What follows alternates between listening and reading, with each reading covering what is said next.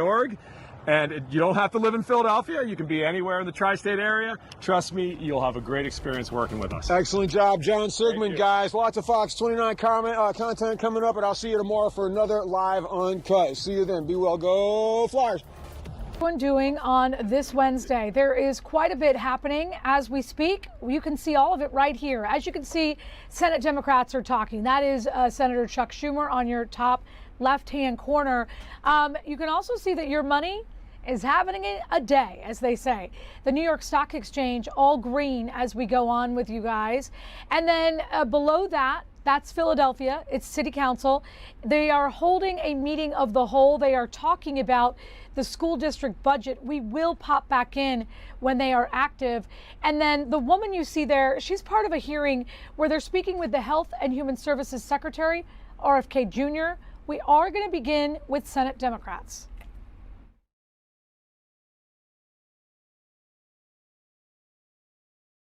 We are ready with our amendments to show the glaring contrast between the parties in terms of who's for reducing your costs and who's not. Yes. You will see there'll be a variety of amendments, and we will use them. We will offer them now, and then we'll have another opportunity where we can be even more specific on the real reconciliation bill, not the Senate budget bill. Thank you, everybody. All right, so there you see they basically are setting their intentions not only for the week, but their platforms as they move forward. As you guys know, it is a big year for them. Both sides, political sides, and both sides of Congress are going to have big years. At the same time, we are going to dip back into that Health and Human Services meeting. It is designed to talk about what the budget might be in 2027, but all day yesterday and today, the people in that hearing have used this as their opportunity to ask questions from RFK Jr. Millions of Americans, no doubt is having some impact on our long-term unemployment rate, and people need some hope. And I think you offered some hope, for starters, during your confirmation hearings when you told me you were going to prioritize this issue. Secondarily, when you held a roundtable session, bringing in some of our nationally renowned doctors who have expertise in this area. I'd like an update, sir. How are you working with your FDA commissioner, McCary, and our NIH director, Bhattacharya, to advance treatment for long COVID? Yes, we are, Senator, and a lot of the reforms came out of that long table. That round table. I want to thank you for your leadership.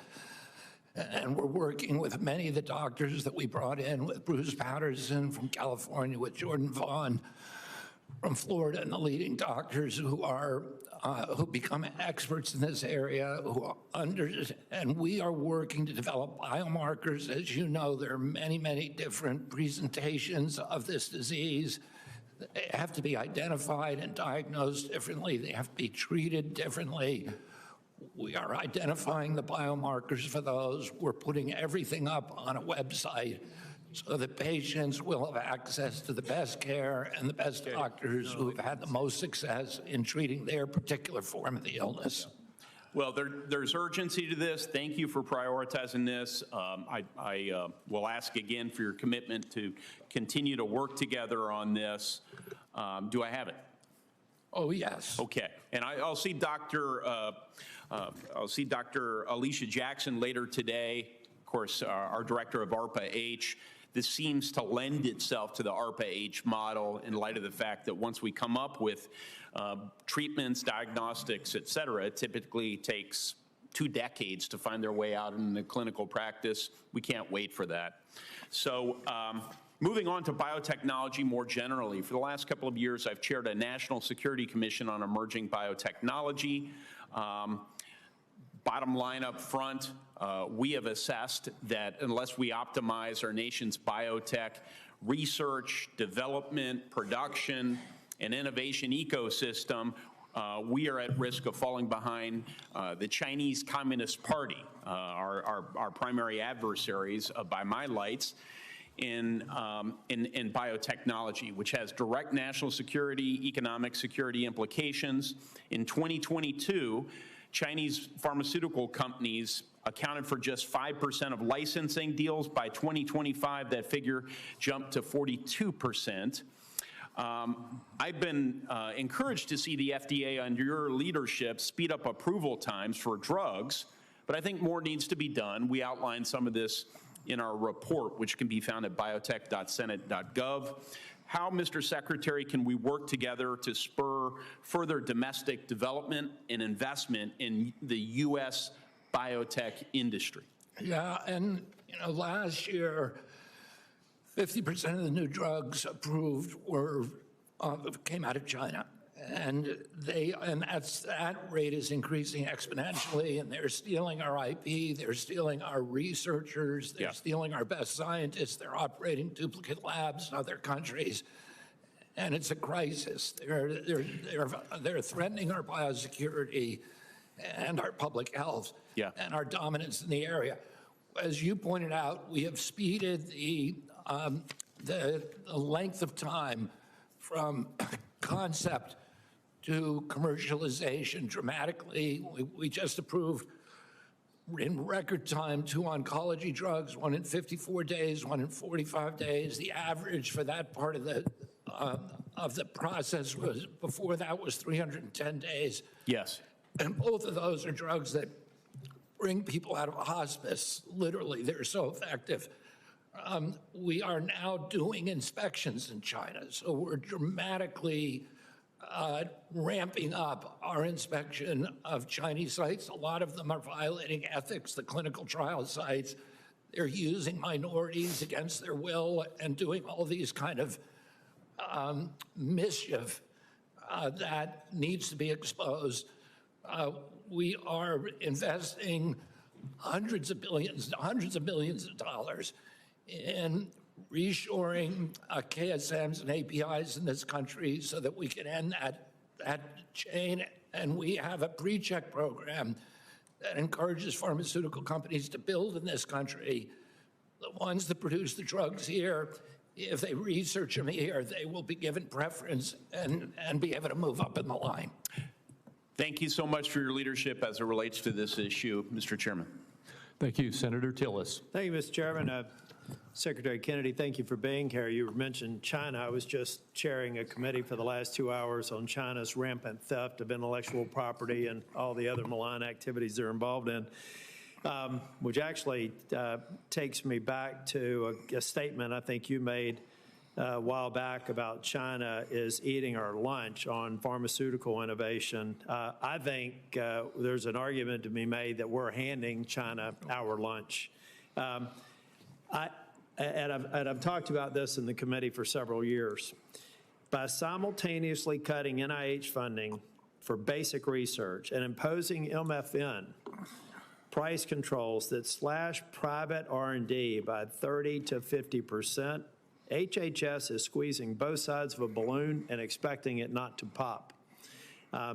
And I'm not picking on this administration. It's exactly what the Biden administration did with the Build Back Better bill. Within 6 months of passing that bill, trying to impose price controls, we saw a 40 to 60% drop in small molecule research. It's inescapable, the connection between the two.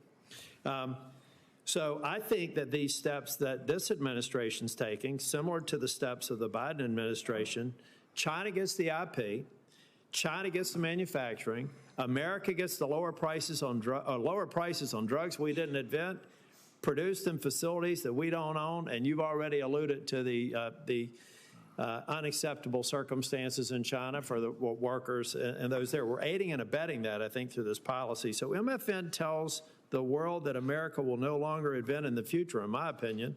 Now I want to get to a question, give you a chance to answer that. For years, I've been saying that we've got to drive down healthcare prices. We've got to drive down the cost of pharmaceutical drugs.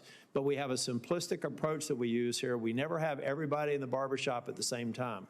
We just try to scalp whoever we can as a matter of public policy. MFN is the most recent example of that. MFN is the most aggressive single-link intervention in a complex value chain attempted at the federal level. It doesn't address supply chain concentration or IP theft. It just hammers the end price and hopes that the rest of the system magically adjusts. So, well-intentioned single-link interventions have failed for a decade. What, other than political branding, makes this one different? In other words, the Democrats had embraced this for years, this sort of socialized approach or socialized approach to controlling prices. What's different about now the Republican approach to do almost fundamentally the same thing? So again, they're talking about the budget for the Health and Human Services Department, the budget as it goes forward to 2027. Back here at home for the Philadelphia School District, City Council is also talking about what to do with funding those schools. Chris O'Connell is on that story again today. Good afternoon, Chris. Good afternoon, Jen. Once again, I'm going to have to keep my voice down. We're outside of City Council chambers here at Philadelphia City Hall. And today, as yesterday, the big topic here in City Council is Mayor Cherelle Parker's proposed $1 a ride share tax on all ride shares originating in the city of Philadelphia. This is a proposal that started out as 20 cents per ride, but quickly within a week jumped up to $1 a ride. And that has caused a lot of contention, a lot of questions. That money will be recurring revenue every year, estimated at about $50 million a year, Jen. And that money is to go towards saving more than 300 city or school level jobs across schools all over the city. And that right now is the bone of contention. That tax on top of many other taxes. Well, today, Mayor Cherelle Parker was asked to come and testify in front of City Council. She did, and she laid out her reasoning behind this tax, laid out her reasoning as to how City Council has helped the city of schools over the years with a number of taxes, from a liquor bottle tax to the soda tax. And, you know, throughout the years, she laid out that plan of how these taxes helped city schools throughout the years. And this is another one of those. She says we are at a time where at a kind of a crossroads in the education here in Philadelphia. We're in the process, the city school district is in the process of a new facilities plan that plans now to close about 18 schools around the city.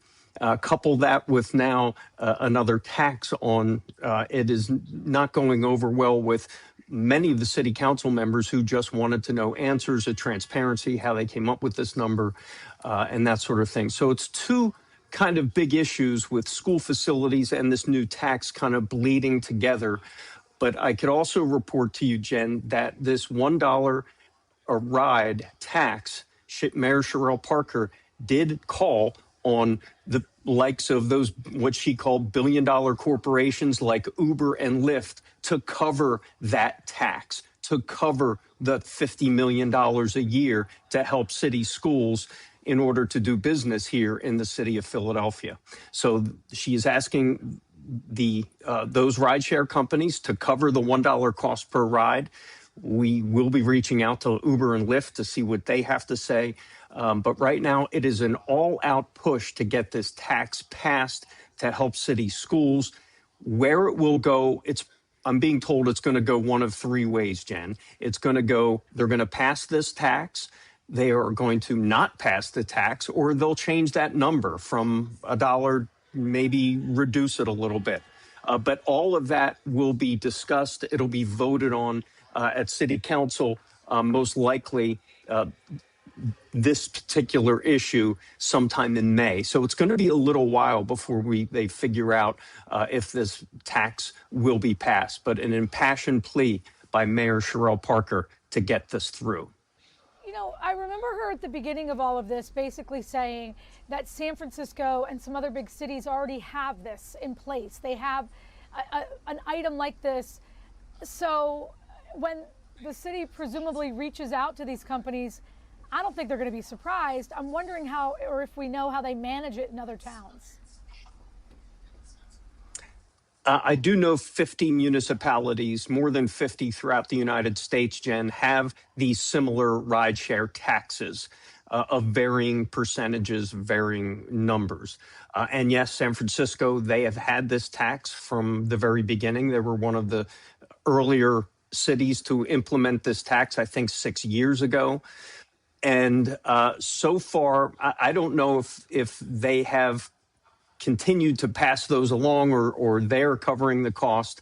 I don't think they are, but we'll have to ask Uber and Lyft if they're going to continue to cover that cost, which isn't just a one-time infusion. It's year after year after year. And I think that is going to be a tall order to ask these companies to do. For sure. And we talked about this the other day. I'm an Uber user, and like the morning after I use it, I'll get a notification from Uber, and they're like, vote against it. Like they don't know I live out there by the King of Prussia Mall. They just see Philadelphia region, and they want to send me a note. So it gives you an idea of how they might feel about this. Chris, we're happy you're on the story. I know it's long. You're sitting there, not super exciting, but it's really important to the people here. So we do appreciate you doing it. You got it. Important stuff. Yeah, definitely. All right, we are going to take a quick 2-minute break. We do have some things happening in and around Washington. We are also going to go to a small town in Louisiana. Could that be the place for you? We're going to explain why someone is there and why people are saying it might be. We're also going to talk Flyers and everything that's going on today. Sixers won last night. We got a big show. Stick around. 2 minutes.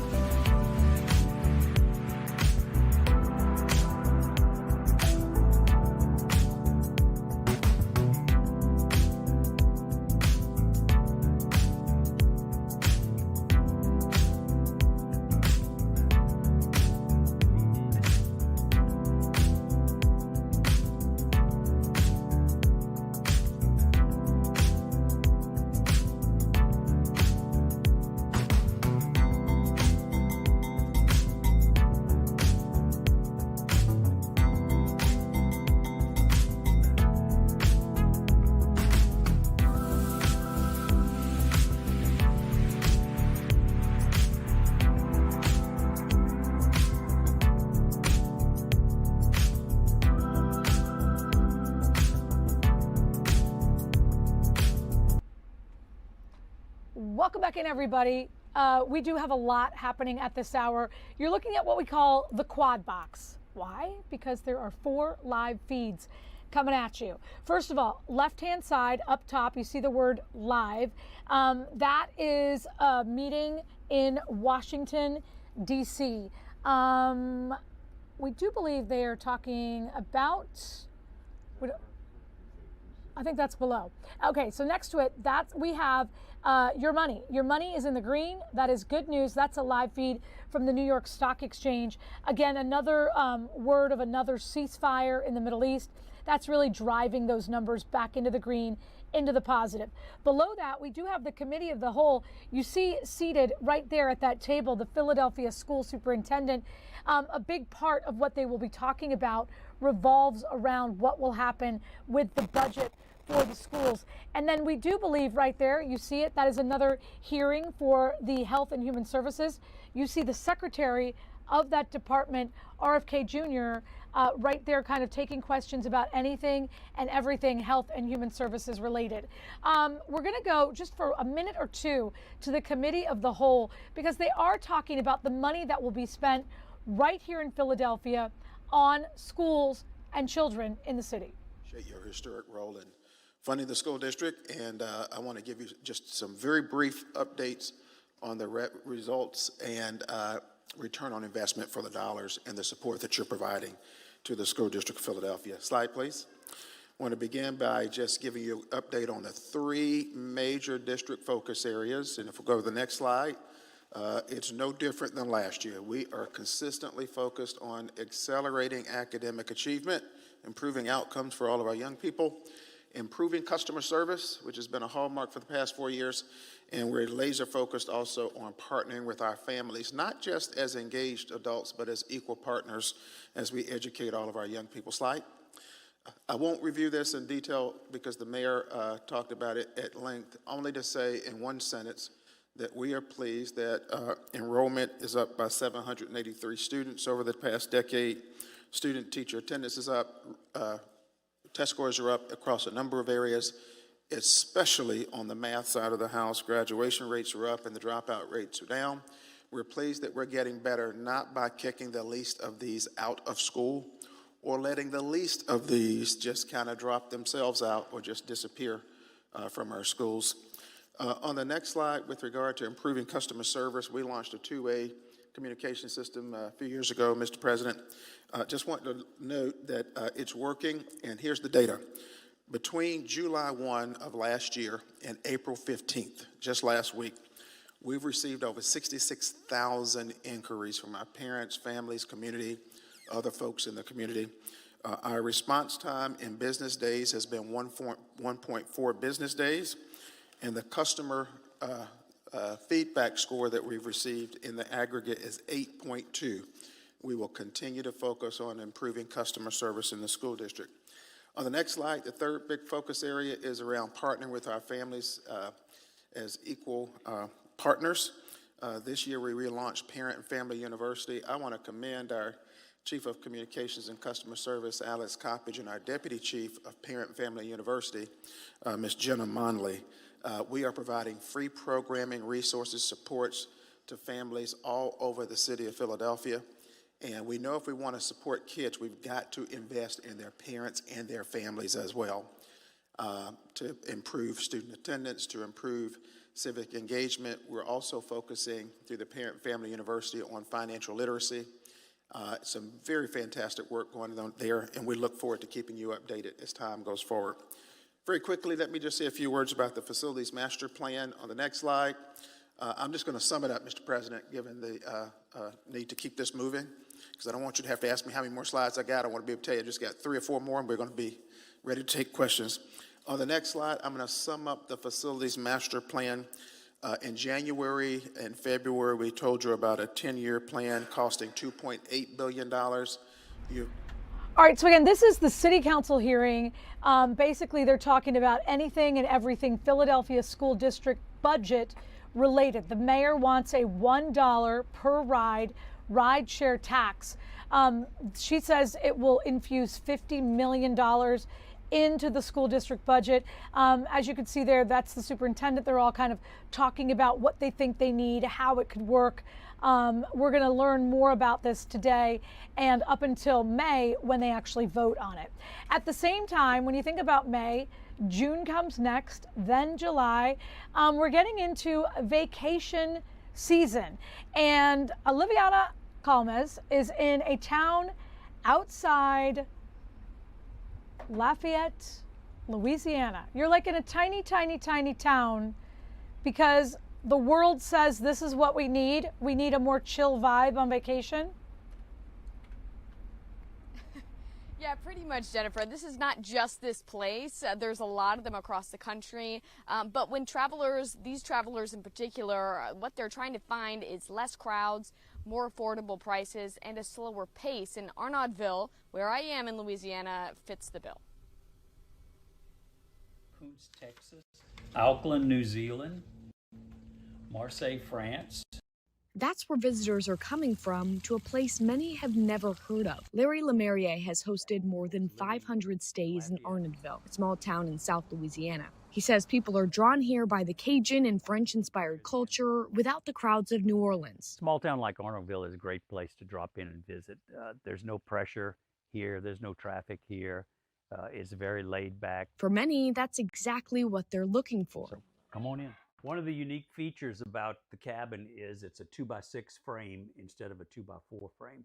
And it's not just here. His Cajun Acres cabin is just one of several destinations Airbnb is now highlighting, from CQ to Snowflake to Keweenaw Peninsula and Cedar Key. 86% of travelers, as when we did a survey of this, said they're very interested in visiting remote or rural destinations. For some folks, it's the local cuisine they're looking to try. Yeah, it was great in New Orleans, but if you come down here, you'll find out it's better. So many people are now looking beyond the most popular destinations, which also tend to be the most expensive. I think particularly now with uncertainty around international travel, the rising cost of living and gas. Since March of last year, airfare has gone up almost 15%, food and beverage 3.7%, and hotels and motels 2.1%. To rent a place like this is not expensive at all. Now, you saw that map with all those dots. This place is great, but in Pennsylvania, Pine Creek Gorge would be the closest to you guys. So, that depends on whether you want a driving situation or trying to get over here and spend some time in the bayou. Jennifer. So wait, do I get to float on his lake? Like, what am I doing? I'm trying to be invested in this, but I'm a doer. Like, what am I doing once I get there? I hear you. I'm a doer as well, and so there are certain times of the year where they have amazing Cajun food festivals around here. They also have swamp tours. Have you ever done that? That might be your first time to do that. Yep, I like that. And then there's kayaking and lots of stuff on the water. Yeah, if I can use his lake and be in his little cabin and be chill and okay, I'm in. I like it. I think we all need to chill. Thank you, and enjoy yourself there. Enjoy yourself. Thank you. I will. Okay. All right, so that is just one of the things that we're working on. We are also working on your Fly Guys, and no, we have not forgotten about the Sixers. They had a big win in Boston last night against the Celtics. We're looking at your money, we're looking at the weather, we're looking at anything and everything that is happening in and around the region. So we are going to take a quick break. We also have those hearings in Washington. Stick with us. 2 minutes, we'll be right back.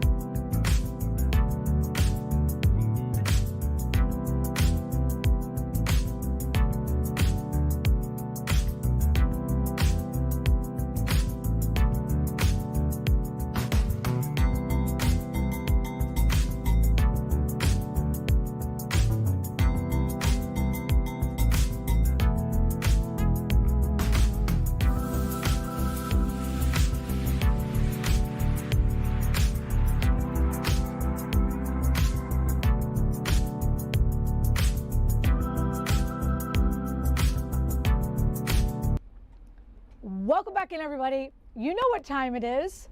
I have on my I Talk About the Flyers coat. Thank you. Thank you. Thank you. Hunter Brody is here, and he's one of my favorite people. Host on WIP, Flyers super fan, not a bandwagon guy. By the way, JP, the director, when you came up on your thing there on Zoom, he was like, the dude from TikTok. I love that dude. So you're now known for that as well. All right, let's talk about this. This morning, I had an audience with Gritty, and I want to be honest. He was almost too well behaved. He was listening. I'm worried that for Gritty alone, this day might be very, very, could it be too big for Gritty? It's his first playoff game. Yeah, you know what? Maybe he doesn't know how to handle his emotions. And I don't want this to be telling, though, for the Fly guys, right? Because I hope they know how to control the emotions. Maybe this is a description, an example. Maybe Tocchet said, follow the lead of one Gritty and make sure you play cool, calm, collected. All right, there's your positive spin. I like it. I did talk to Todd Fedoruk, and he used the same word that you used last week. Because I said to him, what if we sweep? What if we win tonight? What if we win this weekend? And then we have to wait around. And he said, and I think he was quoting you candidly, the team is so stupid, it's not going to matter. And when we say that, I want people to know we mean it with the biggest compliment ever. They haven't been here. They're almost like, they just don't care about the pressure, which is a really good thing. So when you and the Fridge use words like they're so stupid, they're good, it's a compliment. Yes, it is. Yeah, I said young and dumb, and it is the truth. It's almost like you're naive. I don't know what the right word is to describe it, which is a problem considering speaking is part of my job. But it's just one of those things where they're so young, they never even been in this atmosphere. Porter Martone's 11 games into his NHL career. 2 of them have been postseason games on the road against your heated rival and Sidney Crosby. It's just like, you don't even get it yet, dude. You don't even get it. But you're so good, I don't even know if you need to get it. That's the other part of it. So it's a good place to be in, and I can't wait to see what this building is like because it's going to be chaos. Chaos! That's why Gritty has Chaos Corner. All right, but the fact that the Penguins, who are supposed to be kind of like the class of the league, Mr. Sidney Crosby, the fact that they are unhinged, losing their mind with the tripping from the dumb goalie over there, I can say that. And that's not the same thing as being stupid smart with our people. But the fact that at the end of that game, they were so out of it that they were literally, they didn't know what to do with themselves. I love that. I hope that they are that out of sorts again tonight. Exactly. No, I think they are, because game 2 was almost you got to have it type of game from them. And that's what they ended up being, right? Frustrated, annoyed. This is what I'm fascinated to see, though, because if you're the Penguins and you got to muck it up after the whistle because talent alone is not helping you, right? Normally that's a desperate thing to do. You got to get nasty. You got to get chippy. You got to muck the game up. But if you do that in this environment, are you actually helping yourself, or are you helping this crowd feed into it more? Because that may be a bad thing. But if you also don't muck it up, are you good enough? The answer to that question is no, you're not good enough. You're down 0-2. So if you're the Penguins, what button do you push? Does that make sense? Yeah. Okay, now here's the other thing. I had heard all along, when Sidney comes to this house, don't chirp him. No trash talking, because he feeds off of that. At this point, we don't care, right? It's okay to chirp him. What's your guidance on that? Head chirper in charge. Yeah, of course. I am pro chirping, even though I've been on the record saying I'm a fan of his craft. But this dude is beat up. He's old. I don't even know if he's healthy. He had an issue with the Olympics with Team Canada, and he didn't play in the gold medal game when Team USA took them down. He hit the IL for a little bit here with the backstretch with the Penguins, so he doesn't look right. Anyway, my point is this. To try and stop 20,000 drunk people that are going to be shotgunning beers and funneling vodka and Jetro all day, to not boo Sidney Crosby, you boo him. Whether he feeds off it or not, I mean, our job, we're obligated. You spend $1,000 a pop to head to the Xfinity Mobile Arena strictly to make sure you boo Cindy Crosby. That's what I'm talking about, Hunter Brody. All right, now, as you know, it is now a tradition, just as fine as the Stanley Cup. We just really do this now, and it's been working. So I'm giving the fuzzy coat to Keith. He has to, again, try it on during our chat. That's right. He puts the coat. This is There now you go, work- Keith. You look okay. handsome. He's a handsome man, not small, but handsome. Okay. It's actually my coat. I just like stuff tight. He likes it tight. Oh, JB, you haven't seen this, have you? No, I have not. JB is wondering. I'm Don't be scared scared. right now. Don't be scared. Just be happy. I got duct tape for it. Oh, he's got duct tape. All right, so wait, real quick, bros, before I let you leave. Can he get out of it? He can't get out of it. Get out of it on your own. Just when we really decided in the postseason that we were absolutely going to forget about the Sixers, we didn't do a red, and white, and it's true though. We didn't do any kind of like red, white, and blue cupcakes. We didn't talk about David Edelman's booze line. We didn't do anything about them because we thought they were dead in the water. This is true. It's so Philly that they win in the Garden decisively. Oh, sorry, JB didn't lose hope, but he also didn't put on a coat. Like, is this the most Philly thing ever that the Sixers won definitively last night when we really had counted them out?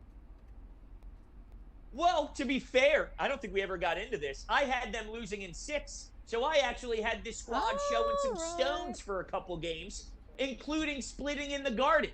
So I kind of saw this vision. Give me a round of applause. But, dude, VJ and Maxey could play. So I don't know where this goes. All I know is this.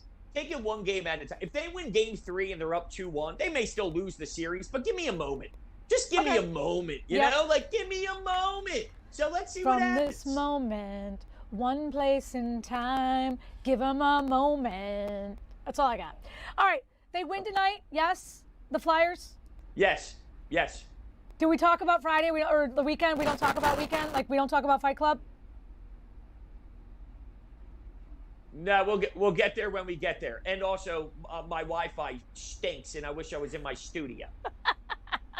Always a vision of happiness and love. Hunter Brody, a.k.a. the TikTok guy from JP, thank you for making it work. He still has the coat on.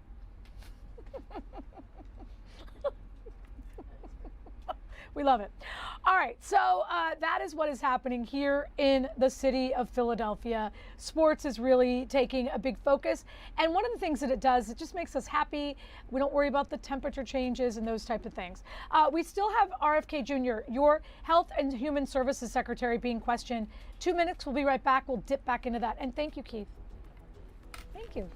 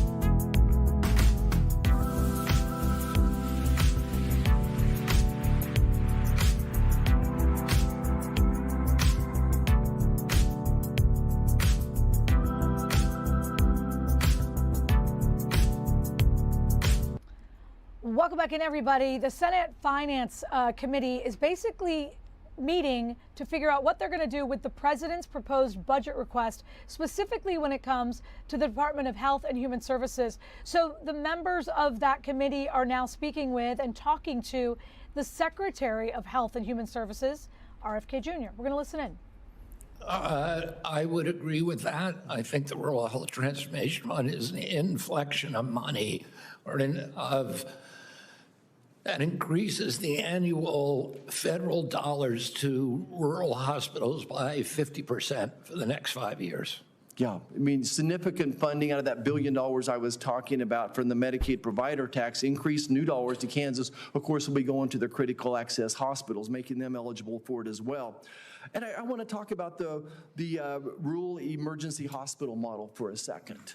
This is something that we worked on really hard in Kansas, saying, what is the alternative? Here's 3 hospitals in the same county, 2 hospitals in the same county, 3 or 4 hospitals within a 20-mile radius. They're each seeing 1.6 inpatients per day. There's just no model that works. So what does work? What type of healthcare model works in rural America? What's really important to our rural American healthcare? Well, it's access to primary care, addressing our chronic diseases, but a darn good emergency room connected with telemedicine to a tertiary care center. That's what's important. And Mr. Secretary, I want to submit for the record some suggestions that would make it easier for hospitals to make those transitions to a rural emergency hospital model. And there's some that you can do, but there's also things that, guess what, Congress needs to do. Can you just briefly speak about rural emergency hospitals for a second? Yeah, I need to submit this for the record, please. Without objection, and please be brief in your response, Mr. Secretary. I think you're right. If you can't, if there's 1 or 2 patients a day, you can't sustain that are going to stay overnight. But what those hospitals do need is really top-rate emergency care. And as you say, you can now use telehealth to talk to specialists at a centralized hospital who can make sure that you're getting the best procedures possible. Thank you, Mr. Chairman. Thank you. And that concludes the senator's questions, except Senator Wyden has asked to make one more brief question, and then we will wrap it up. Yeah, I saw in the news a little bit ago, Secretary Kennedy, that a 3-year-old girl was sexually abused in a foster home at an agency that you oversee. Are you familiar with this? No, I am not. You're the Secretary of Health and Human Services, and it's in a national publication, and you didn't know that a 3-year-old girl was being sexually abused on your watch? I can tell you there were tens of thousands of girls and boys who were sexually abused. The Biden administration lost 425,000 children, and you never complained. Whose job is it to inform you of something like this? Because this, to me, is an unconscionable case.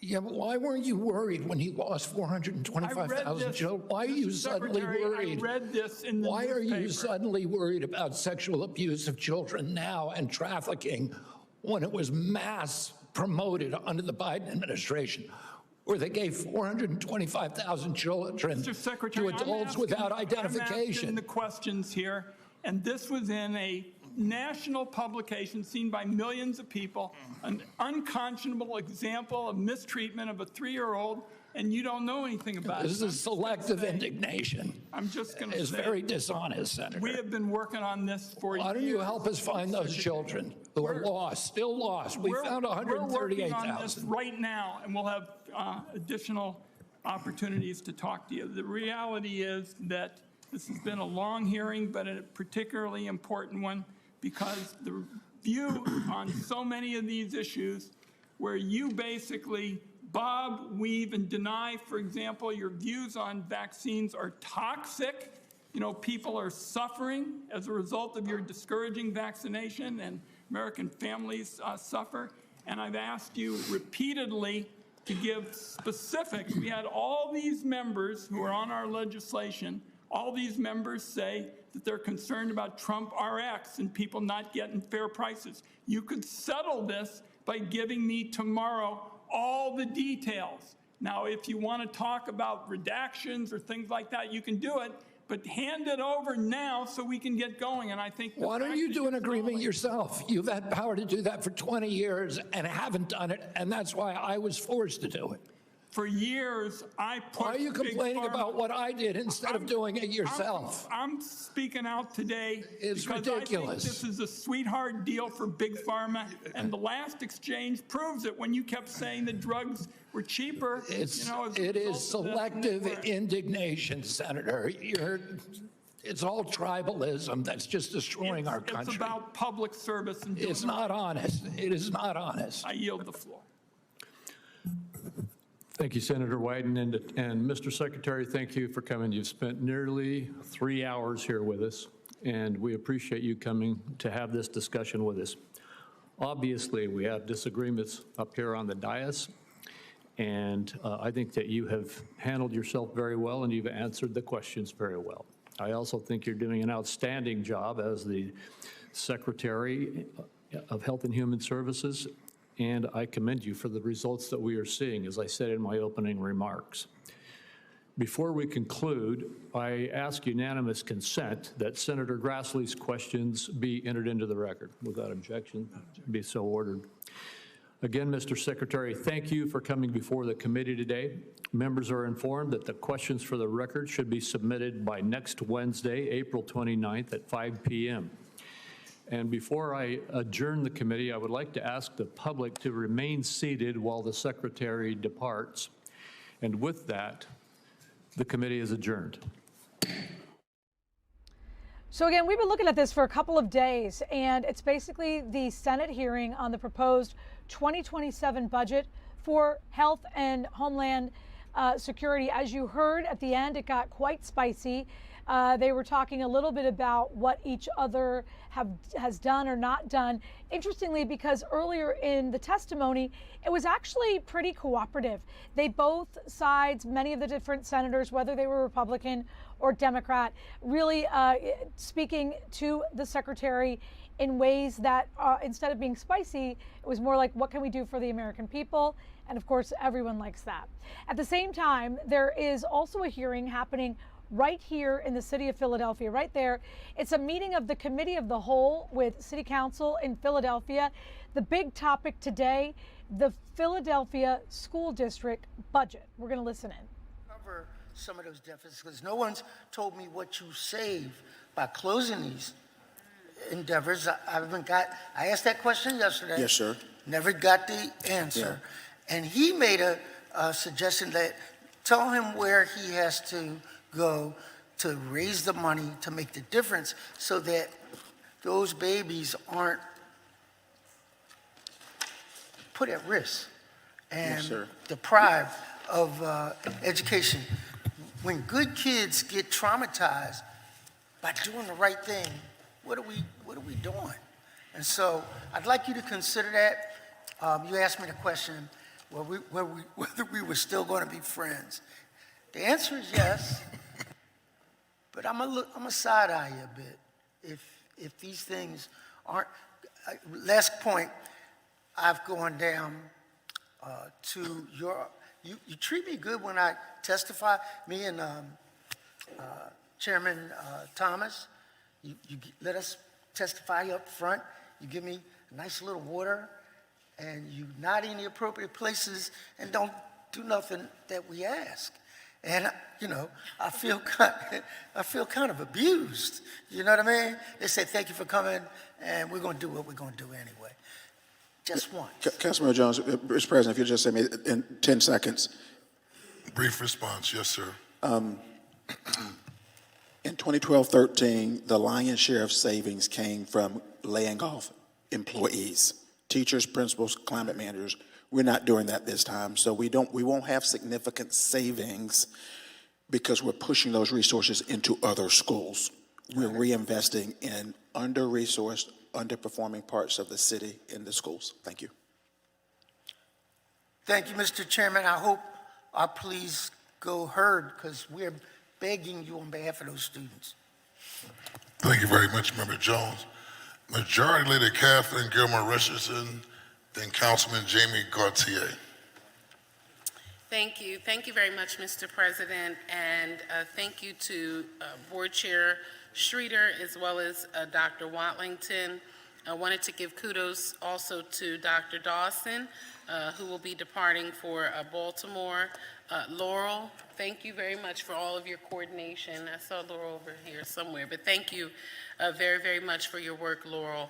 Also, Edwin Santana, thank you very much. Oshill. Don't want to get D9 brothers?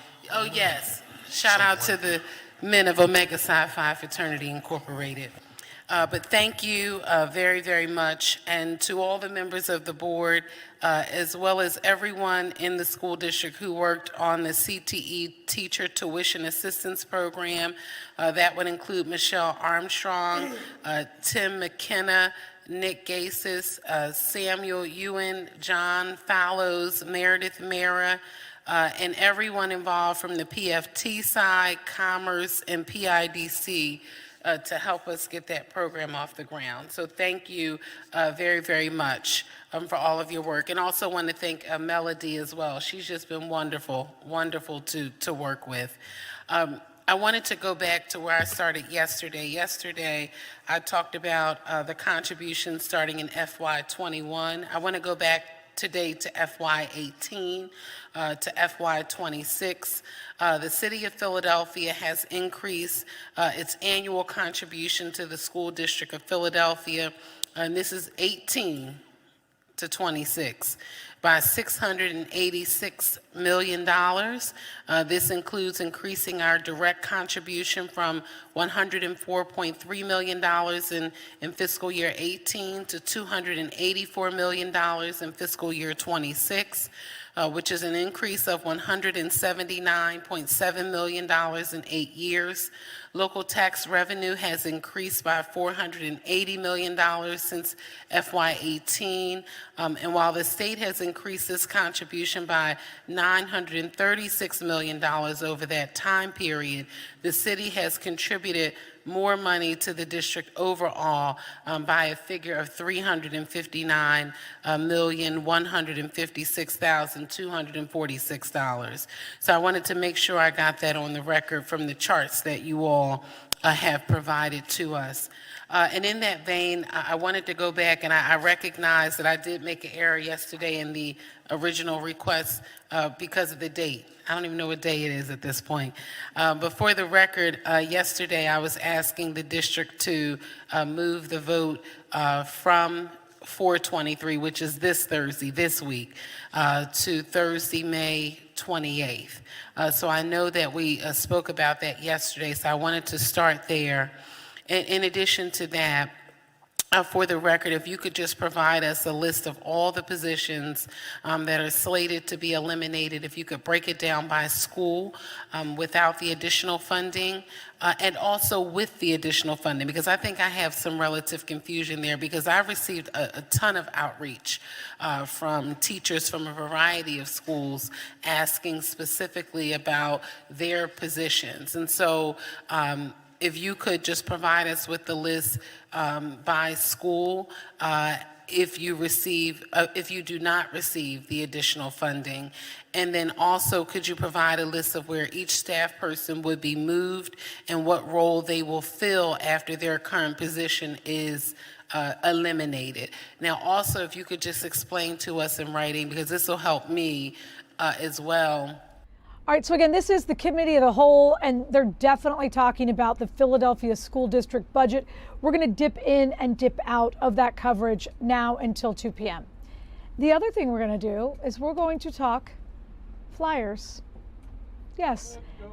Thank you, Keith. Thank you, Keith. And as you know, when I talk Flyers, I have to have on my Flyers talking coat. Greg Payne is in Reading, Pennsylvania, and I give Greg a lot of credit. He was talking about the Flyers in September and October. Look at him. He likes to get that credit. Now, you're at a house I think I could live in. Forget about the orange. I like that bar. What's happening? Yeah, Jen, I am not at a house. I am in Flyers heaven. Take a look at this. I mean, you come through here and you see this bar set up, and you think that you are right in the heart of South Philly, but no, as you mentioned, you are in Reading. This is my man Rick's house. Rick has this decked out. Rick, talk to us a little bit about this bar setup that you have here. That took me about 15 years.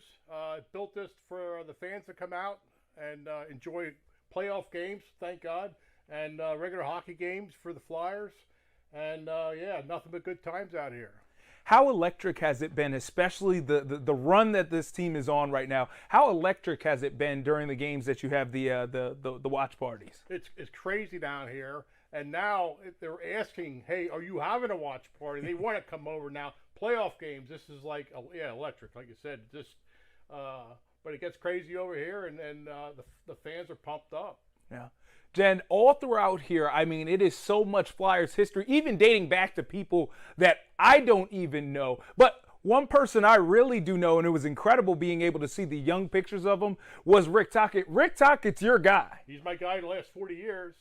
I followed him through his whole career and through his coaching career. And when he came to the Flyers, that was great, because now he's coaching the team that he played for many years ago.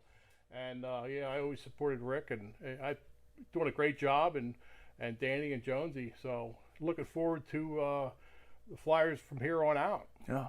And this is in Reading, but this has really become like a tourist attraction. You were mentioning people from across the globe sort of have been making trips here to be able to experience this all. I have people from New Jersey, out of state, come here to see a game. I have people from Canada that want to come down here before a Flyers game, swing in here, stop and see the game, and just check the bar out. And that's kind of neat when people want to come from another country and come here and see what I built. So. And this is a full service bar. I mean, you got all the alcohols, and you got the beer Stanley Cup here. Yeah, I had to get a bartender.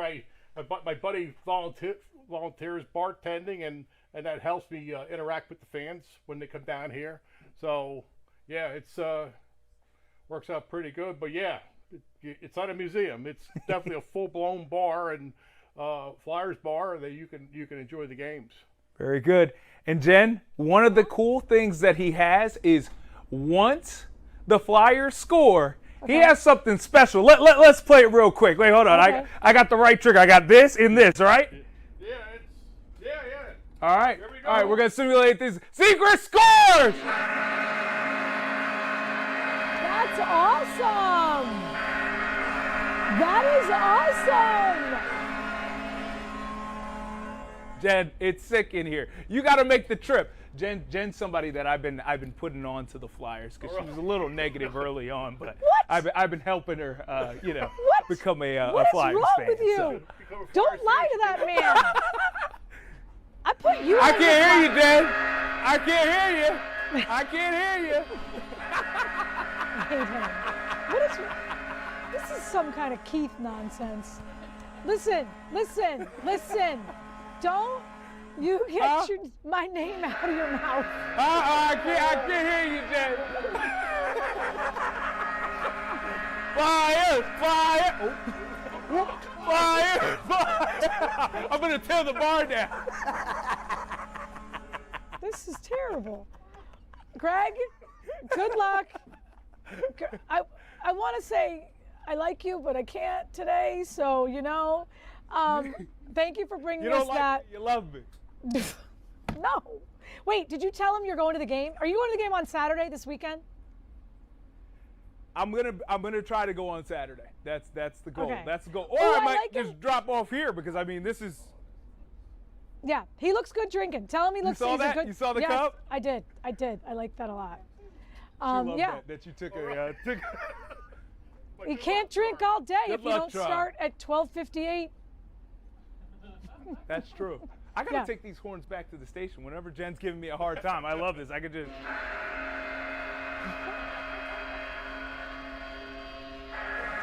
He's done. Wipe him. He's gone. He's out. And hold on, Keith. Don't laugh at him because then he'll do it again. It's not funny. It's not funny. This is serious business. All right, we're gonna take a quick 2-minute break. But here's the problem. I have to take my fuzzy off and it's so cold in here. Can't we just talk Flyers for another hour? We could, but there's a lot going on. Come on back. We're going to give you a lot of stuff. Oh, there's, hi. Oh, wow. Oh, hi. Oh, hi. Hi.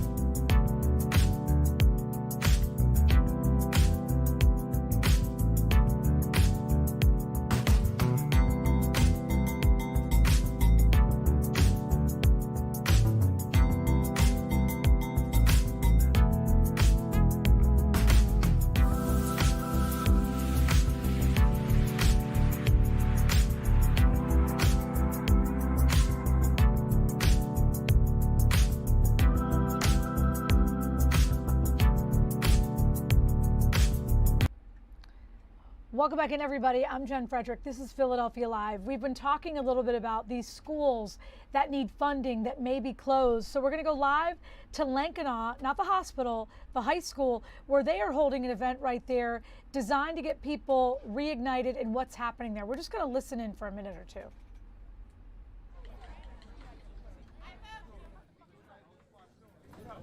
Our 9th and 10th graders out here today.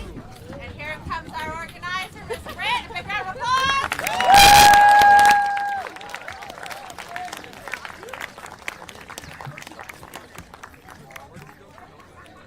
So, for the next hour, we celebrate Earth Day, Earth Month. No donuts. No tea. But we're... All right, so one of the things they're doing is the Lankenau Environmental Science Magnet High School is hosting elected officials, community partners, as well as our cameras on this Earth Day. They're trying to show some of the things that they do, including this immersive outdoor environmental science instruction. They really get people, their students, involved in what is happening through the use of what they call a natural land lab. So the title of this event is Grounded in Greatness, Lankenau's Earth Day Inquiry Day. They basically have 400 acres right there to get everyone involved in what they're doing. So again, it's an Earth Day event, and we're going to listen back in. Nearly 60 years later, we're still here. And that's why you are here to learn about these necessary and important facts, the science that go into environmental science. If you don't care, folks, we're not going to have any soil or water and food. And it is your job to make sure that those protections are in place. And if we don't care, if we don't understand why this is super important and beneficial, it is going to be very difficult for us to go healthy food, have air that's clean to breathe, and water that's safe to drink. Many countries right now are faced without potable water. So today when we engage in our lessons, hopefully you will be able to have a better understanding and a deeper dive into why this is important work. I'd like all of our community members, if you are here, to stand up, please. So we can recognize you and give you a round of applause. We have the Food Trust, we have Penn State, we have Gardeners, we have the Academy of Natural Sciences, we have the nonprofit here. No, they're not standing up, partners. Stand up. We're very thankful that you came today.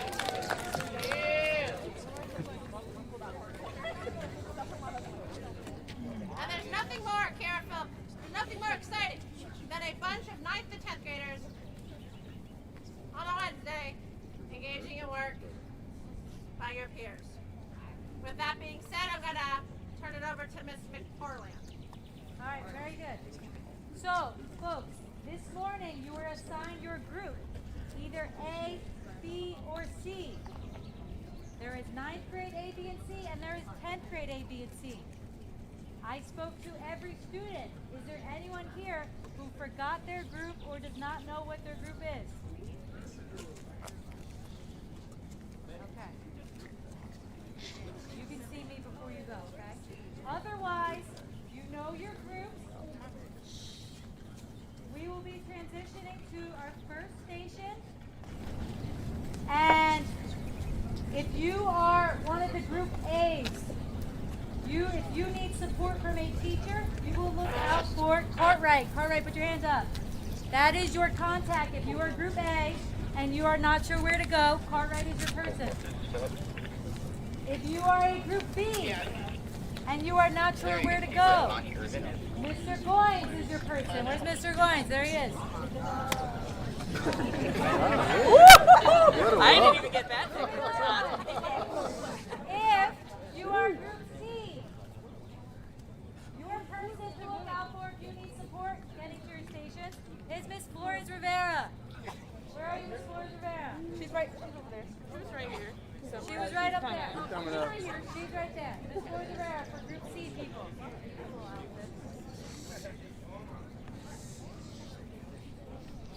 All right. I will begin listing where you're going for your first station. And again, if you don't know, then once we dismiss, you can come see me individually and I will tell you where you're going. We are really excited that the rain stopped. We are ready to have a good time.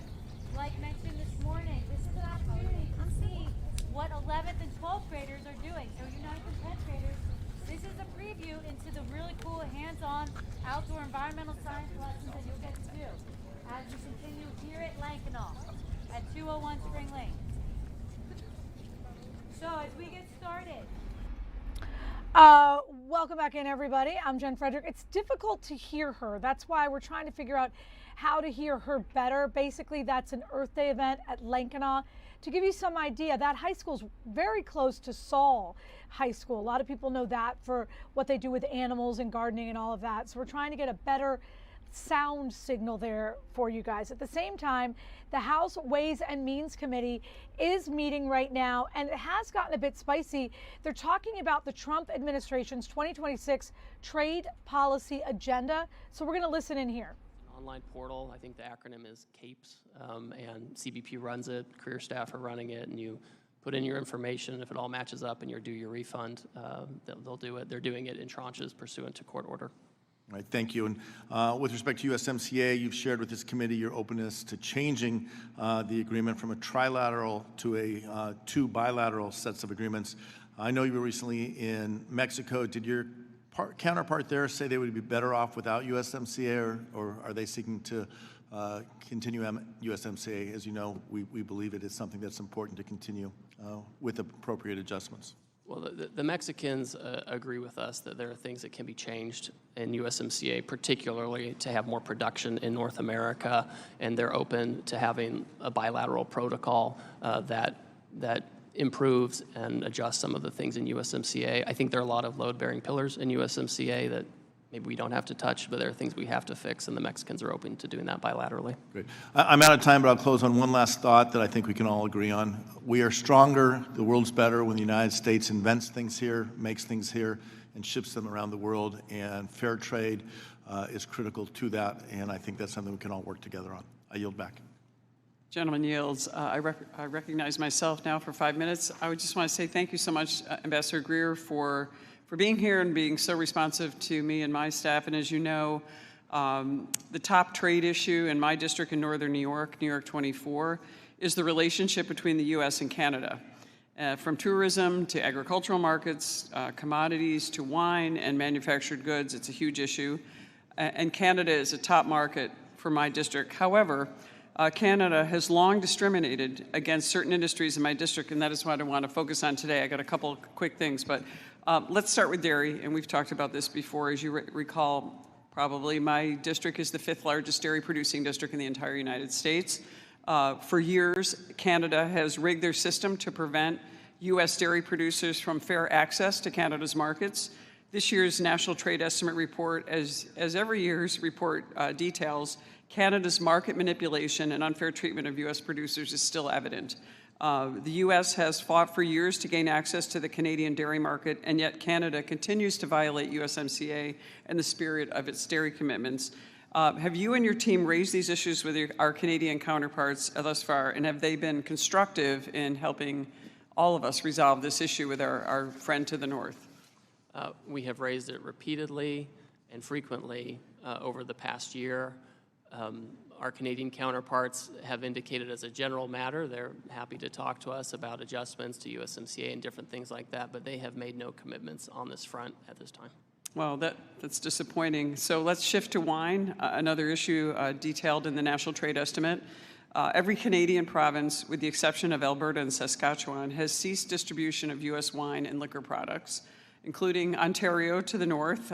This is distorting the market, causing immense harm to our wine producers in the district. And have you and your team raised this issue as well with our Canadian counterparts, and have they been trying to help us? Have they been constructive in this issue, much like with the dairy issue?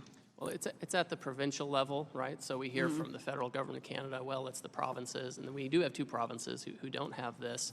That being said, I think we're kind of at the end of our rope in just asking for them to do this. Think about it this way. There are 2 countries that have retaliated economically against the United States in the past year, the People's Republic of China and Canada. So that's kind of the company that they're running in. So my sense is there may have to be an enforcement action to deal with this issue on wine and spirits in Canada. Thank you for that. Let's hope we can resolve that. And one last issue I'd like to discuss with is the Canadian prohibition on bulk imports of fresh fruit and produce. My district is the 19th largest fruit producing district in the nation and the 21st largest vegetable producing district in the nation. Once again, as detailed in the NTE, Canada severely restricts imports of bulk fresh fruits and vegetables.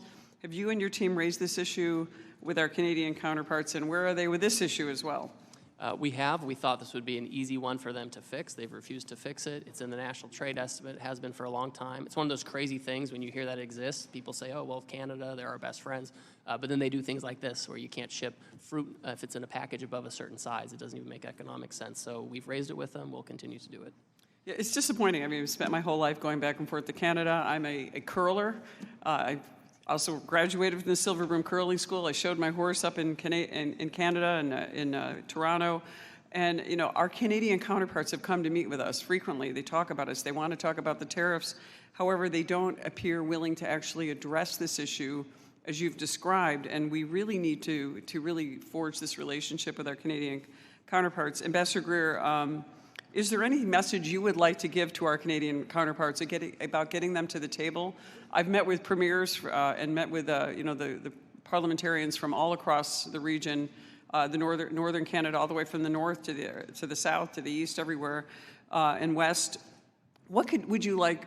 How do we get them to come to the table and bring back this relationship that is so important for our farmers, our business owners, everyone? We value the relationship with Canada, especially someone like me who's grown up just an hour and a half or so from the Canadian border, and really value their friendship, but also want to see them come to the table. I hate to see our great ally being aligned with the People's Republic of China when it comes to trade with the U.S.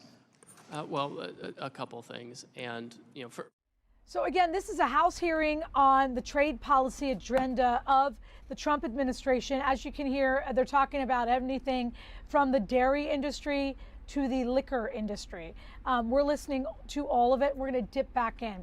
At the same time, big victory for Democrats in Virginia last night, and it could have some big implications for what happens in November. Asher Red is in Fredericksburg, Virginia today. Hey, Asher. Hey, Jen, so this was really a narrow victory for the people who voted yes on this referendum. Those yes votes only taking in about 51% of the vote, and the no vote snagging the other 49%. Now, this ballot measure gives the Democrat-controlled Virginia legislature temporary power to redraw the state's congressional map instead of the state's nonpartisan commission. The new map, which will now be in place through the 2030 election, could hand Democrats a 10-1 advantage in the U.S. House delegation, up from their current 6-5 advantage.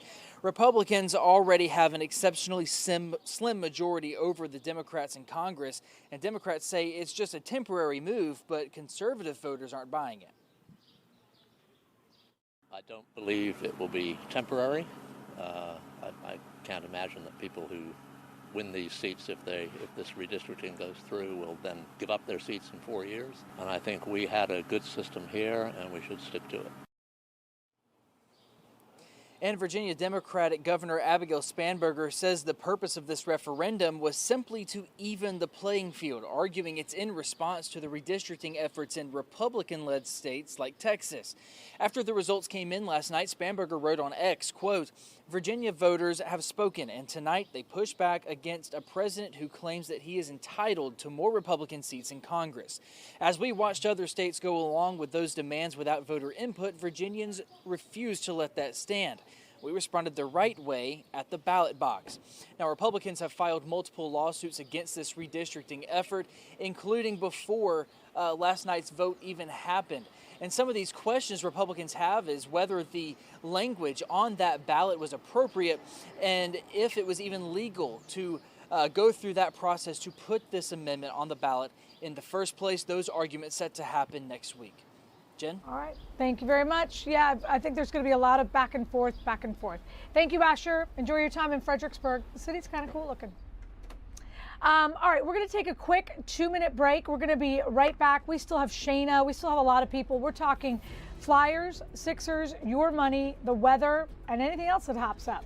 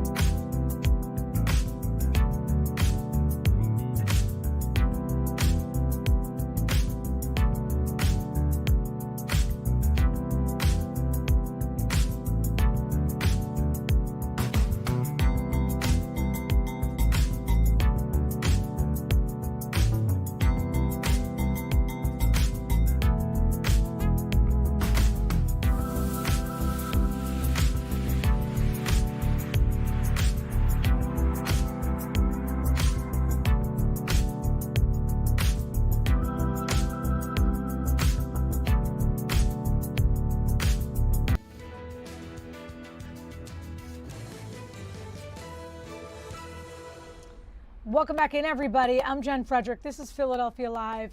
And we have two different things happening right there. There's some video that is happening, or is that still, that's Lankenau High School. So that is an Earth Day event at Lankenau High School.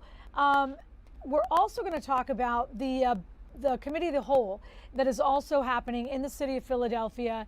It's where the lawmakers here in the city are talking about their budget. At the same time, on the right-hand side of your screen, that's Washington, D.C. That is the House Ways and Means. It's the full committee. And the hearing is all about the Trump administration's 2026 trade policy agenda. We heard a lot about how they feel about what's happening in Canada. So as both of these things are happening, we are going to go back to City Hall. We're going to listen in as the committee of the whole talks about funding for Philadelphia city schools. Facility for Robeson to where it needs to be. But that's not the proposal that's on the table today in front of the board. And to our community, the proposal that you are putting before the board is reminiscent of one of the most shameful decisions that government has ever made in West Philly when we raised the Black Bottom to make way for what is now University City. And so we should be clear that if the Board of Education closes Robeson and uses their campus to possibly, maybe, one day make a new STEM school, but that school will not be called Robeson High, it will not be rooted in our community, it will not be rooted in our community's history, you will be continuing the same shameful legacy of displacement and erasure that has happened in the past in West Philadelphia. So I'm going to repeat the questions that I still haven't received specific answers for the benefit of my constituents because they need to know. What does it cost to keep Paul Robeson High open? What does it cost to move Paul Robeson High? What is the cost difference between co-locating Paul Robeson with Motivation and merging the two schools? And also, do you quantify the cost, or how do you quantify the cost of erasing Black legacy in West Philadelphia? And how would you all feel to be the leaders to continue the legacy of institutional erasure of Black people in University City? Because from my vantage point, that's what the proposal looks like. Thank you, Councilmember Gautier. Certainly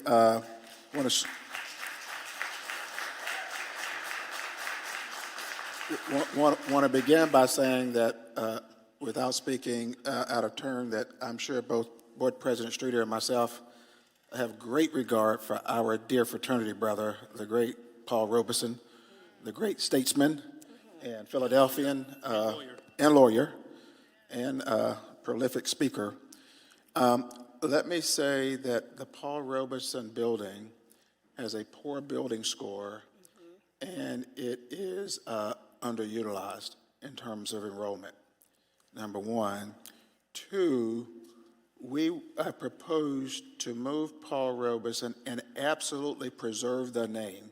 We would never, ever provide a recommendation to discard that great legacy of Paul Robeson. So as we move that, recommend to merge that school with Motivation High School, we would go through a naming process in partnership with both communities.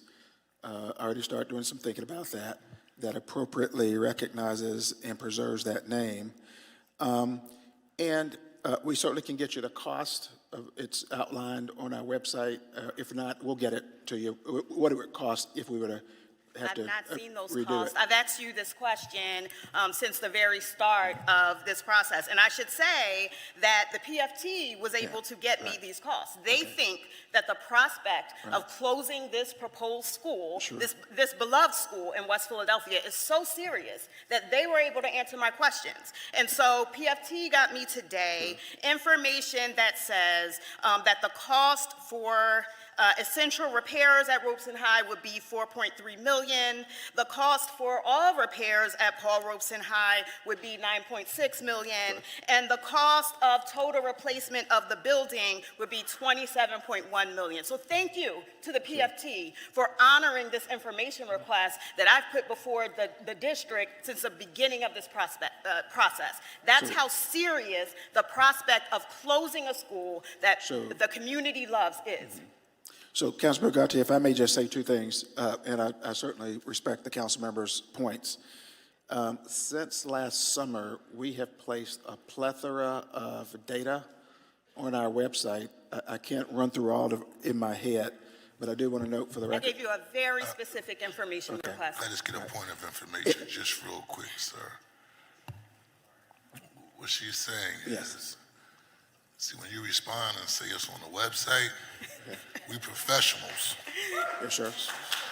Duly noted. I would just prefer you to say that the experts, so I know Laurel is very competent in getting us information in our hand as opposed to directing the member to the website or saying the information is on the website.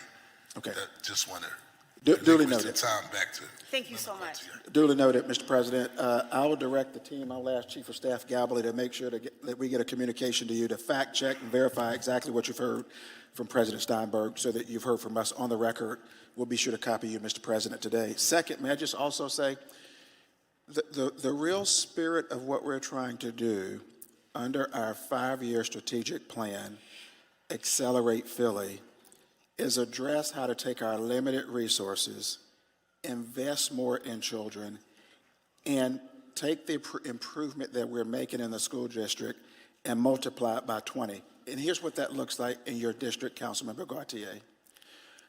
I know, I really believe we can provide a better education at Paul Robeson.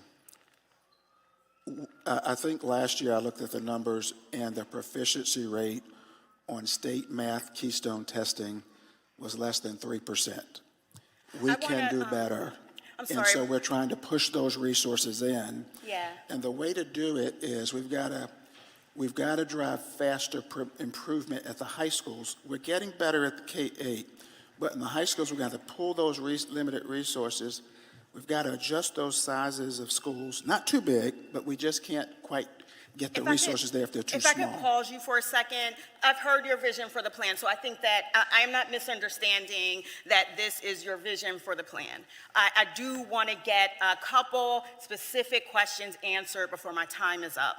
My first question would be, if you are going to retain the land for school district use, and go through a process with the community about what should be there. And I'll say, the community has expressed loudly and clearly what they want to be there. They want Robeson High to be there. It's not a mystery.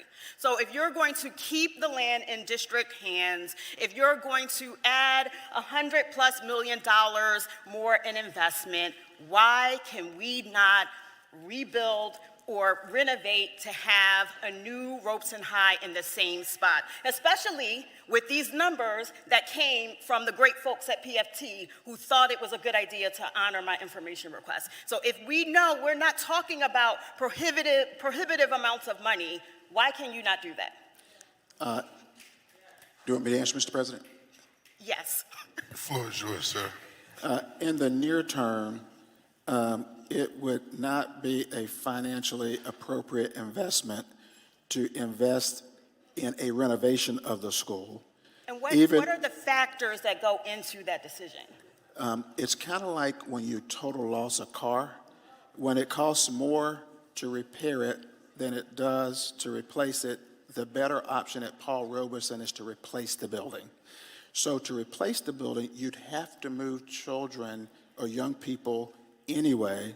So even if we were going to build a new school, which I think has strong merits there, we would I think that could work. I think a temporary move could work. We would need to move students for a period of time. And so when we move them, I think the other part of what you've asked me before is why not just co-locate the two schools separately versus merge them together, if I understood it correctly. And the reason is we've got to get a slightly larger high school size to be able to push more of our limited resources in to improve the academic performance. Thank you. Very quick, in closing, I want you all to think about how my community views this, which is the continuation of the displacement of Black people in University City, from University City. And I want to know if you're okay with that being your legacy. Thank you so much. Thank you. Chair recognizes Councilmember Nicholas O'Rourke, Jim Harrod, and Councilmember Cindy Bass. Thank you, Mr. President. Good afternoon.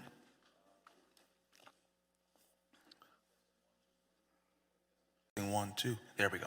Good afternoon to you, President Streeter, Dr. Watlington, thank you for being with us this afternoon. I shared at Lankenau yesterday morning with a few of my colleagues who invited me to come up that I am not a district member and don't have the tight focus that my colleagues who do serve a particular district in the city have, but as an at-large member of this body, I have the great honor of representing the entirety of the city.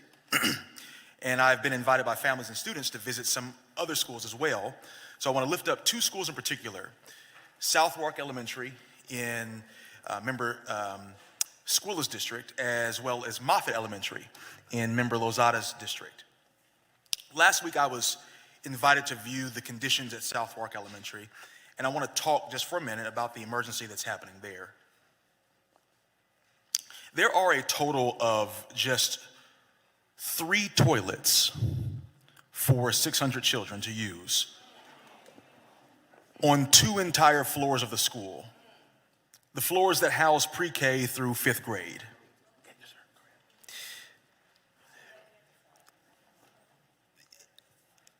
It's not appropriate to force 5-year-olds with their little legs to travel long distances through a school building. So again, he's talking about little 5-year-olds. They're all talking about students. Clearly, the people in that room are thinking about the best for the students of Philadelphia. They're trying to get money. They're trying to get technology and much more sent to the school district of Philadelphia. It's the Philadelphia City Council Committee of the Whole. We're going to be dipping in and out of there. We're going to take a quick 2-minute break. We're going to be right back with more.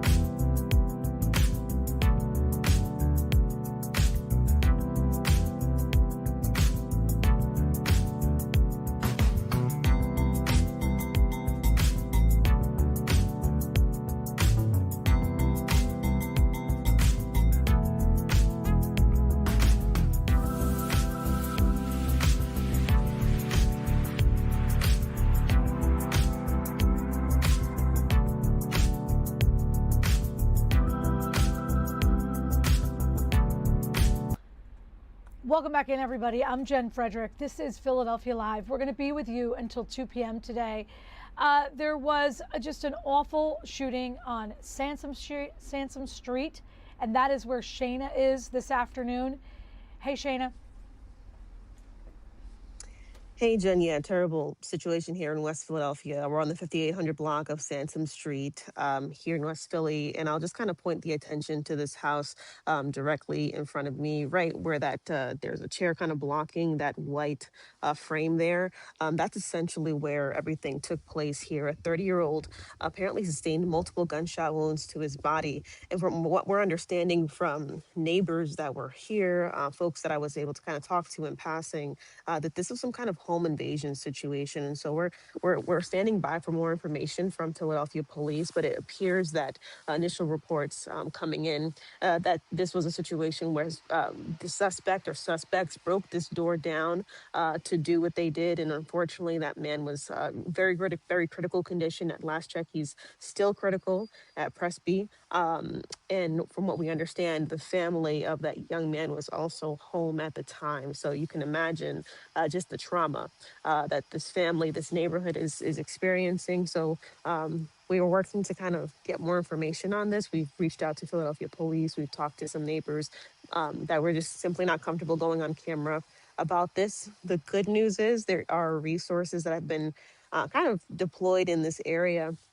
Spoke to two gentlemen from Eddie's House, which is a nonprofit that works similar to other nonprofits where they come into certain neighborhoods after a traumatic event, a murder, or just an incident of violence. And essentially they offer counseling resources. If necessary, they even offer funeral assistance, payment assistance as well. So I was able to talk to those two gentlemen as they canvassed the area. Also from the perspective of being from this neighborhood and kind of speaking to the violence that they often have to contend with. And so that's the very latest here. And we're working to kind of speak to more neighbors and get a better sense of what's going on. And of course, as we learn, we'll bring this throughout the rest of the day on Fox Local. Thank you. Not an easy story to tell. We are going to go back into the Committee of the Whole. That's the Philadelphia City Council. You see the superintendent of the Philadelphia schools there. It's getting spicy. Basically, a lot of people are fighting for the kids in their districts. They want everything to be better for the students of Philadelphia. So let's listen in on how they're going to get that done. Do something to ensure that these children can learn how to fish. That's what I'm saying. And we have 85 schools that are unsatisfactory right now. Pipes bursting during the winter, can't have air conditioning. We have to do something about this, and I'm going to repeat what I said yesterday. If we don't do something about it, somebody's going to do it to us, whether it's facility right-sizing or whether it's also the budget. And we know what has happened to us before, where we lost local control. That is a real concern for the Board of Education. So I didn't say this to rebut anything that anyone said, Council President, but I wanted to share that so we can all understand our pain points, so as we can understand where we're going. Mr. President Streeter, if you don't mind, I don't mean to interrupt your flow. I do resonate with what you're sharing, but I did want to get the question as I asked it on the record. Will be answered. Will the district commit to? Yes, sir. Yes, sir. I apologize if I didn't mean that. Please go ahead. Thank you so much, Councilmember O'Rourke. Specific to Southwark, the Council President wants us to get right away into this. Specific to Southwark, we are aware of the below-ground plumbing issues. We're aware of the school design.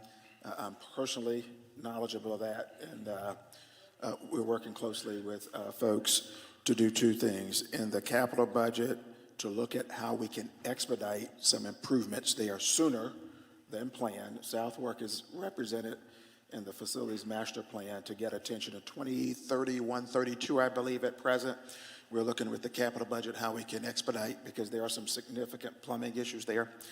Let me just also share with you, Council. Can I get a point of information real quick as you answer that question? Yes, sir. Just give me for the record, how many plumbers do we have working for the school district of Philadelphia? I don't want to tell you the wrong number. I know unions do a lot of work with the district, and so I want to get an idea of the plumbing and engineering staff.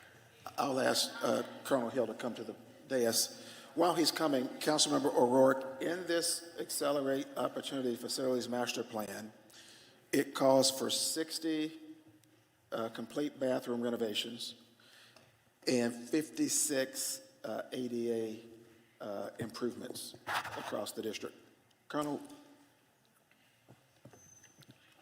Oz Hill, Deputy Superintendent for Operations, School District of Philadelphia. Currently, we are authorized approximately 22 FTE plumbing positions, and at this time we have 8 plumbing positions. We have over 2,000 restrooms throughout the school district of Philadelphia. So what is our plan to upgrade, increase the level of hiring of plumbers. That's like the most basic need. We're not even talking about anything else in the school that like the bells and the whistles, just the ability. I hear it in this building. Women say, well, half of it, they want bathrooms in their own offices because they don't want to deal with some. That's a different conversation. My point is, it's the most basic. I'm not even gonna call it an amenity. It's just the basic right of a kid to get a chance to go to a bathroom that's clean and decent. And if you say we have, and I'm not standing for the claps either, I'm just having a basic conversation. If you're saying we're authorized for 22, and we only have 8, and we have a situation where I'm sure this is not the only school. This is probably the one school that's organized, that has the ability to come here and advocate, but I'm sure it's other issues. I just want to know, what is the plan to increase at a bare bones minimum to 22 staff, full staff for plumbers? It's just a general question based upon a point of information. Yes, sir. We recognize that having access to functioning restroom facilities are a human function, a human right that everyone should have. No question about that, and it is a priority for us, sir. To mitigate the shortfall that we have in fully staffed positions, we have general service contractors that we use to offset that challenge. Additionally, as we talk about Southwark in particular, we are working with the building committee to address those challenges. We are looking at deploying and employing mobile restrooms that are fully equipped and making sure that access to those restrooms are enclosed within the school structure. We are working also to address the linear infrastructure associated with the underground piping to support higher volume. So all of those things are working, sir. And this is based upon because some of the schools are old and so forth, and that's the capital investment that's needed to do the bathrooms over. Mr. President, the bigger issue, though, is that the volume of old schools, old plumbing systems, simply exceeds our resources. Let me give you an example. The only time typically that I have available for quiet time is about 5:15 when I get up to go to the gym.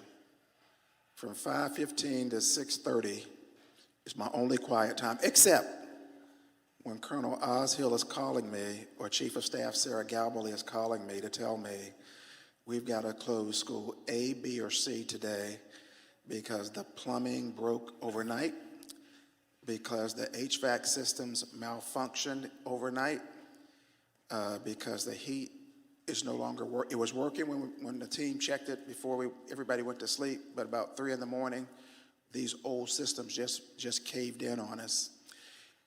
So even if we give our 100% very best, we have to address there are not adequate resources, and 35% of our schools are sitting vacant, and we're not using our resources efficiently in Philadelphia, as well as we can.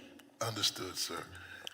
Member Nicholas O'Rourke is going to be wrapping up his questioning, and then Harity, Bass, Dr. Nina Ahmed. Yes, thank you, Mr. President. And President Streeter, please know, respect you deeply. I just have a lot amount of time, and I wanted to get my questions in. I didn't mean to cut up your flow. But respect both of you, Dr. Wallington as well, Dr. Streeter, your work and your contributions to the city. Moffett Elementary was another school that invited me to join their community earlier in this planning process. Based on your most recent announcement, and thanks to their advocacy and CM Lozada's leadership in her district, I'm grateful to hear that Moffett will be kept in elementary school, not transition into a middle school. But your original plan allocated $8.1 million to modernize Moffett as a middle school. Will this $8.1 million still be allotted to the Moffett Elementary School for the needed updates, the bathrooms, electrical panel, lighting, et cetera? And if so, what is the timeline? Will it follow the projected timeline as stated in the original plan? And after the district's original plan was announced, only 15 families accepted enrollment out of 86 families that had applied. The original plan damaged the school's enrollment, leading to less money per student and ultimately slashing their budget for the coming year. Can you speak to how the district will remedy that particular challenge? And those are my questions. Thank you for the time. Councilmember O'Rourke, in the interest of time, I'll just say, as we've moved to transition Moffett Elementary to a K-4 school and to, with middle grades, proposed to attend Ludlow, it requires to make some investments. I believe we've modified that to make the investments at Hackett in a multiple move kind of change there, if you will. This will allow us to grow the school through 8th grade, which I think is aligned with what we understand a lot of feedback to be. So we're trying to be responsive as best we can to some, if not all, of the community requests. Thank you very much, sir. Councilmember Jim Hardy, then Member Bass, then Dr. Nina Mott, Rulandow. I'm just going to ask, as a part of your statement, for the responses to be just direct, summarize and direct as quickly as possible, and then I'm saying to the member, you can just be direct, but also, I know, add your level of commentary, but also just being direct, so I can get everybody into this round. I got you. Good morning. Being direct, all right. I was actually glad that the mayor brought up the counties this morning. I get we can't. Member Hardy, with that big voice you have, speaking to that microphone. Yes, sir. Here we go. All right. Is that better? Yes, sir, Member Hardy. Yeah. I feel like a DJ now. There you go, sir. All right, listen. So, our mayor, and no cursing, Member Hardy. No. Come on. It's been a while, man. It's been a while, and I'm in a pretty. Please proceed, sir. Thank you. No, you're right, because I am a little upset. So our mayor brought up the counties, and I get it. We don't have the tax base that some of our counties have, and we don't tax the real estate as high. We also don't have real estate that's, like they do. But $23,000 a year per student. That's the average in Delco, Bucks, Montco, and Chester County pays to educate their children. 90% Montco, Delco 90%, Bucks 94%. That's their graduation rates. Philadelphia, remind me, what do we pay about per student to educate our kids? What's the number? I'm going to ask Chief Herbson to come in so we can fact check that. Yeah, I don't need a long number. It's about $9,000 to $11,000 per student. Doesn't take much to figure out the difference in education between $23,000 per student and $11,000 per student on the high end. I've said it numerous times. If our kids got the same as the county kids, they would shock you because they have a reason to work for it. But what I'm saying is, I get it. I get that you guys are doing something, and I get that not all of you have been here when this catastrophe started. Today's Earth Day, right? Happy Earth Day, everybody, right? Happy Earth Day. So, I'd like to shout out all our little environmentalists over at Lankenau, and just, yeah, that's right. 100% graduation rate at Lankenau. But yesterday, I kind of tried to give you guys a little bit of a distinction between the difference between an environmental school and a farming and agricultural school. The distinction between environmental schools and agricultural schools lies primarily in the focus of curriculum and objectives. Here is that breakdown. Environmental schools focus. Environmental schools concentrate on study of ecosystems, conservation, sustainability, and the impact of human activity on the environment. They aim to cultivate awareness, the action regarding environmental issues. Agricultural schools focus. Agricultural schools emphasize the science and practice of farming and food production. The curriculum addresses the techniques and technologies used in agriculture, livestock management, and food systems, right? Key differences, core subjects. Environmental schools focus on ecology and conservation, while agricultural schools focus on farming practices and food production. Clearly, two different categories, two different kinds of teaching, two different kinds of curriculum, with definitely two different outcomes for each. I've said it yesterday, sometimes the environmental schools and the agricultural schools are on different sides of an issue. They study different things. So thinking that bringing them over to Saul because it's an agricultural school is going to be close or the same as where they're coming from an environment. No, they're able to concentrate on the environment. When they go to Saul, they're going to have to compete with a program that's already established that is actually studying kind of way different stuff. How are these kids supposed to, I just want to know, how do you plan on not ending up phasing out Lankenau once they get to Saul? Because we all know that, you know, the precedent of the school is going to take place. Like you said, the principals have some leniency, but how can we say that one school that deals with something completely different than another school are interchangeable? Can you answer me that question? Thank you, Councilmember Harity. The best way I'll answer that, and I mean this in all sincerity, sir, that just like Carver Engineering and Science can deliver a strong program, even though it's not located beside the Temple College of Engineering or a major scientific hub, Bodine High School can offer a very fine international relations curriculum, even though it's not located adjacent to City Hall or the United Nations.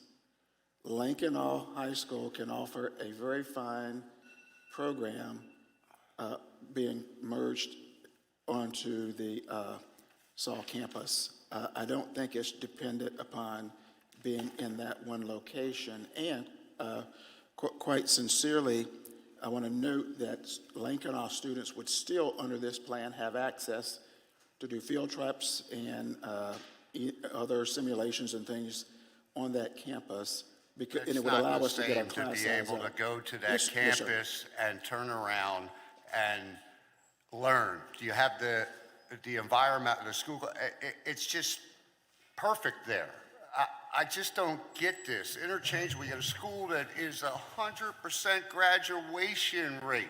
How many schools in the city of Philadelphia have 100% graduation rate? And I'll end with that. Thank you, Council President. Thank you, sir.